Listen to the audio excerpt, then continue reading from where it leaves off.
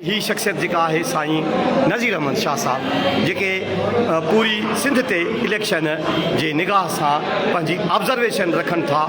अॼु साईं पुराणा सीनियर बि आहिनि। साईं मुख़्तलिफ़ वक़्तनि ते मुख़्तलिफ़ उहिदनि ते फ़ाइज़ थिया आहिनि। साईं खां अॼोकी हिन इलेक्शन सिंध में सॼो बिगाड़ लॻो पियो आहे। साईं उस्ताद जेके आहे गैर यकीनी सूरत हाल में बीठो आहे ऐं उहो यकीनी सूरत हाल कीअं पैदा थींदी तव्हां ॿुधायो त तव्हां पंहिंजा ख़्यालात कहिड़ा आहिनि। जी साईं नज़ीर साहब। जीअं त पेटल असांजी माउ आहे, असीं हुनजा हलाली फर्ज़ंद आहियूं। असां चवंदासीं त मुंहिंजो 1990 खां पेटल तनज़ीम रहियो आहे। पेटल उहा तनज़ीम आहे जंहिं उस्ताद जा हक़ पंहिंजा वरिता, विड़ी वरिता ऐं हक़ जे लाइ साबित कयो त ॿधीअ में ताक़त आहे। ऐं असांजी हीअ इलेक्शन जो प्रोसेस आहे। असां इलेक्शन प्रोसेस में जमूरियत सां रखंदा आहियूं त जमूरियत सां थिए।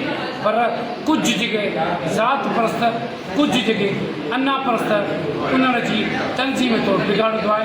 ऐं ईअं न थियणु खपे। उहे पंहिंजा पीछा विसारे पेटल तनज़ीम माउ जा हथ मज़बूत आहिनि, इहो बहितर थींदो। उस्ताद ॻाल्हि आहे असांजा खोड़ मसाला सर्विस स्ट्रक्चर, असांजा उस्ताद टीचर्स कोटा, असांजो उस्ताद जो ग्रुप इंश्योरेंस, असां उस्ताद जो बैंक फंड, इहे सभु असांजा मसाला इन करे लॻा पिया आहिनि।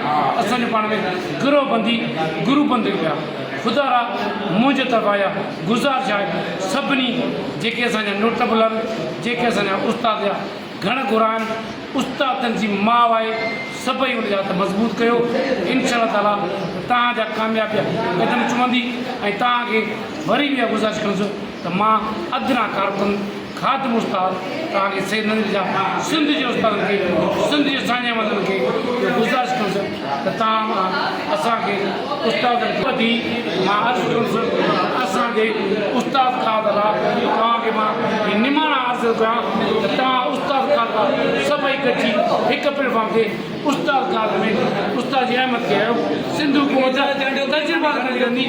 असां उस्ताद माउ जा हलाली इन मां हलाली माउ खे असांजो हथ मज़बूत कयो। अस्सलाम वालेकुम। महिरबानी साईं।